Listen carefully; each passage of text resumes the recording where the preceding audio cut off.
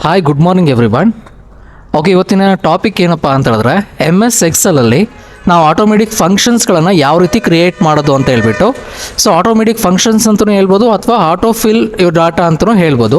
So automatic ಫಂಕ್ಷನ್ಸಲ್ಲಿ ನಮಗೆ create ಆಗ್ತಕ್ಕಂಥವು ಯಾವ್ದು ಅಂದರೆ ಮ್ಯಾಥಮೆಟಿಕಲ್ ಟೇಬಲ್ಸ್ಗಳನ್ನು ಕ್ರಿಯೇಟ್ ಮಾಡೋದು, ಅಂದರೆ ಮಗ್ಗಿಗಳನ್ನು ನಾವು ಕ್ರಿಯೇಟ್ ಮಾಡ್ಬೋದು. ಮತ್ತು ಮಂತ್ ನೇಮು, ವೀಕ್ ಡೇಸ್ಗಳನ್ನು ನಾವು ಈಸಿಯಾಗಿ ಕ್ರಿಯೇಟ್ ಮಾಡ್ಕೊಂಡು ಹೋಗ್ಬೋದು. ಸೊ ಈಗ ಆ ಥರ ಕ್ರಿಯೇಟ್ ಮಾಡಬೇಕು ಅಂತ ಹೇಳಿದ್ರೆ, ಸೊ ಫಸ್ಟ್ ಒಂದು ರೋನಲ್ಲಿ ಒಂದು ನಂಬರ್ ಕೊಟ್ಟಿದ್ದೀನಿ, ಸೆಕೆಂಡ್ ಒನ್ನಲ್ಲಿ ಇನ್ನೊಂದು ನಂಬರ್ ಅಂದರೆ 2 ಅಂತ ಕೊಟ್ಟಿದ್ದೀನಿ, ನೆಕ್ಸ್ಟ್ 3 ಅಂತ ಕೊಟ್ಟಿದ್ದೀನಿ. ನೆಕ್ಸ್ಟ್ ಡೌನ್ ಯಾರೋ ಪ್ರೆಸ್ ಮಾಡ್ಕೊಂಡ್ಬಿಟ್ಟು 1 2 2 2 2 4 3 6 ಅಂತ ಟೈಪ್ ಮಾಡಿಬಿಟ್ಟು ನೆಕ್ಸ್ಟ್ ಇವಾಗ ಇಷ್ಟನ್ನು ಸೆಲೆಕ್ಟ್ ಮಾಡ್ಕೊಂಡಿದ್ದೀನಿ. ಸೆಲೆಕ್ಟ್ ಮಾಡ್ಕೊಂಡ್ಬಿಟ್ಟು ಜಸ್ಟ್ ಇಲ್ಲಿಂದ ಲೆಫ್ಟ್ ಬಟನ್ ಪ್ರೆಸ್ ಮಾಡ್ಕೋಬೇಕು. ಪಾಯಿಂಟ್ಸ್ ಕಾಣಿಸ್ತಿದೆ ಅಲ್ವಾ, ಈ ಪಾಯಿಂಟ್ಸ್ ಮೇಲ್ಗಡೆ ಲೆಫ್ಟ್ ಬಟನ್ ಪ್ರೆಸ್ ಮಾಡಿಕೊಂಡು ಡ್ರ್ಯಾಗ್ ಮಾಡ್ಕೊಂಡು ಹೋದರೆ ಅಲ್ಲಿ 10 ಅಂತ ಬರುತ್ತೆ. 10 ಬಂದ ತಕ್ಷಣ ಲೆಫ್ಟ್ ಬಟನ್ ಬಿಟ್ಬಿಡಿ. ಸೊ ಅಲ್ಲಿಗೆ ಅದು 3 ಮಗ್ಗಿ ತನಕ ಪ್ರಿಂಟ್ ಆಗುತ್ತೆ. ನೆಕ್ಸ್ಟ್ ಮತ್ತೆ ನಮಗಿನ್ನು ಕಂಟಿನ್ಯೂ ಮಗ್ಗಿಗಳೇನಾದರೂ ಬೇಕು ಅಂತ ಹೇಳಿದ್ರೆ ನೆಕ್ಸ್ಟ್ ಈ ಪಾಯಿಂಟ್ ಮೇಲ್ಗಡೆ ಕ್ಲಿಕ್ ಮಾಡ್ಕೋಬೇಕು. ಮತ್ತೆ ಕ್ಲಿಕ್ ಮಾಡ್ಕೊಂಡ್ಬಿಟ್ಟು ನಿಮಗೆ ಎಲ್ಲಿ ತನಕ ಬೇಕಾಗುತ್ತೋ ಮಗ್ಗಿ, ಸೊ ಅಲ್ಲಿ ತನಕ ಕ್ರಿಯೇಟ್ ಮಾಡಬೇಕು. ಓಕೆ, ನಾನು 20 ತನಕ ಕೊಟ್ಟಿದ್ದೀನಿ, ಬಂದಿದೆ ಅಲ್ವಾ. ವಿತಿನ್ ಸೆಕೆಂಡಲ್ಲಿ ನಾವು 20 ತನಕ ಮಗ್ಗಿಗಳನ್ನು ಪ್ರಿಂಟ್ ಮಾಡ್ಬೋದು.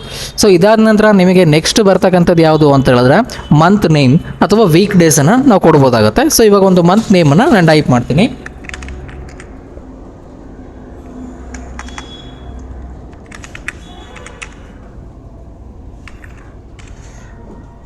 ಓಕೆ, ಒಂದು ನೇಮ್ ಕೊಟ್ಟಿದ್ದೀನಿ ಅಲ್ವಾ. ಸೊ ನೇಮ್ ಕೊಟ್ಬಿಟ್ಟು ನೆಕ್ಸ್ಟ್ ಇಲ್ಲಿ ಡ್ರ್ಯಾಗ್ ಮಾಡ್ಕೊಂಡು ಹೋಗಿ ಮತ್ತೆ ಸೊ ಆಟೋಮೆಟಿಕಲಿ ಅಪ್ಲೈ ಆಗ್ತಾ ಹೋಗುತ್ತೆ.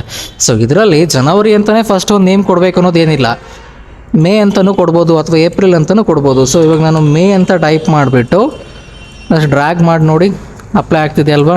ಸೊ ಅಪ್ಲೈ ಆಗುತ್ತೆ. ಸೊ ಇದೇ ರೀತಿಯೇ ನಾವೇನು ಮಾಡ್ತೀವಿ ಇವಾಗ ನೆಕ್ಸ್ಟು ವೀಕ್ ಡೇಸ್ಗಳನ್ನು ಅಪ್ಲೈ ಮಾಡ್ಕೊಂಡು ಹೋಗ್ತೀವಿ. ಸೊ ವೀಕ್ ಡೇಸ್ಗಳನ್ನು ಹೆಂಗೆ ಅಪ್ಲೈ ಮಾಡ್ಕೊಂಡು ಹೋಗೋದು ಅಂತ ಹೇಳಿದ್ರೆ ಜಸ್ಟ್ ಅಲ್ಲಿ ನೇಮನ್ನು ಟೈಪ್ ಮಾಡೋದು. ಓಕೆ, ಸಂಡೇ ಅಂತ ಟೈಪ್ ಮಾಡಿದ್ದೀನಿ. ಸಂಡೇ ಅಂತ ಟೈಪ್ ಮಾಡಿಬಿಟ್ಟು ನೆಕ್ಸ್ಟ್ ಒಳಗಡೆ ಪ್ರೆಸ್ ಮಾಡ್ಕೋಬೇಕು ಅದ್ರ ಮೇಲ್ಗಡೆ.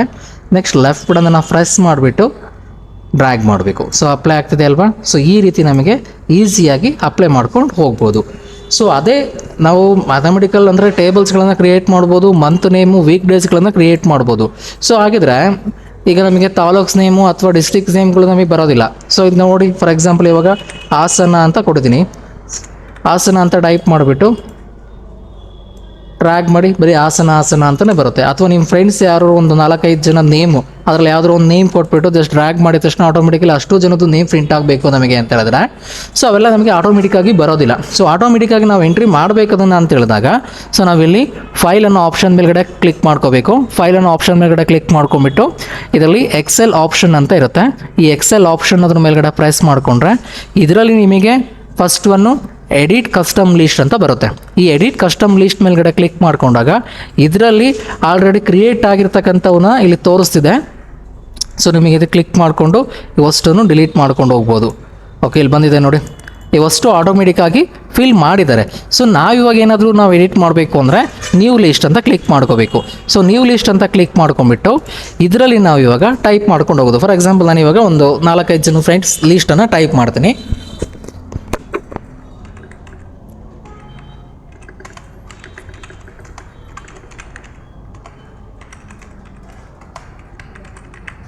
ಓಕೆ, ಈ ಥರ ನೇಮ್ಗಳು ಟೈಪ್ ಮಾಡಿದ್ದೀನಲ್ವ, ಹರೀಶ್, ರಾಜು, ಕುಮಾರ್, ಶಿವು, ರಾಧಾ ಅಂತ ಹೇಳ್ಬಿಟ್ಟು. ಸೊ ಇವನ್ನ ಹ್ಯಾಡ್ ಮಾಡಿಬಿಟ್ಟು ಆನಂತರ ಓಕೆ ಪ್ರೆಸ್ ಮಾಡಿ, ಆನಂತರ ಓಕೆ ಬಟನ್ ಪ್ರೆಸ್ ಮಾಡಿ. ಸೊ ಹ್ಯಾಡ್ ಆಗಿದೆ. ಈಗ ಅಷ್ಟು ಜನದಲ್ಲಿ ಯಾವುದಾದ್ರೂ ಜಸ್ಟ್ ಒಂದು ನೇಮನ್ನು ಟೈಪ್ ಮಾಡಿ. ಸೊ ಟೈಪ್ ಮಾಡಿಬಿಟ್ಟು ಅದ್ರ ಮೇಲ್ಗಡೆ ಪ್ರೆಸ್ ಮಾಡ್ಕೊಂಡು ಡ್ರ್ಯಾಗ್ ಮಾಡಿ. ಸೊ ಸಾರಿ, ಇಲ್ಲಿ ರಾಜು ಅಂತ ಕೊಟ್ಟಿದ್ದೆ. ಸೊ ರಾಜು ಅಂತ ಟೈಪ್ ಮಾಡ್ತೀನಿ. ಸೊ ರಾಜು ಅಂತ ಟೈಪ್ ಮಾಡಿಬಿಟ್ಟು ಈಗ ಡ್ರ್ಯಾಗ್ ಮಾಡ್ಕೊಂಡು ಹೋಗಿ ಬರ್ತಿದೆ ಅಲ್ವಾ. ಸೊ ನೋಡಿ, ಸೊ ಇದರಲ್ಲೂ ಅಷ್ಟೇ ನೆಕ್ಸ್ಟು ಶಿವು ಅಂತ ಟೈಪ್ ಮಾಡ್ತೀನಿ. ಶಿವು ಅಂತ ಟೈಪ್ ಮಾಡಿಬಿಟ್ಟು ಮತ್ತೆ ಹೊರಗಡೆ ಪ್ರೆಸ್ ಮಾಡಿಕೊಂಡು ಜಸ್ಟ್ ಡ್ರ್ಯಾಗ್ ಮಾಡ್ಕೊಂಡು ಹೋಗಿ ನೋಡಿ ಅಪ್ಲೈ ಆಗ್ತಿದೆ ಅಲ್ವಾ.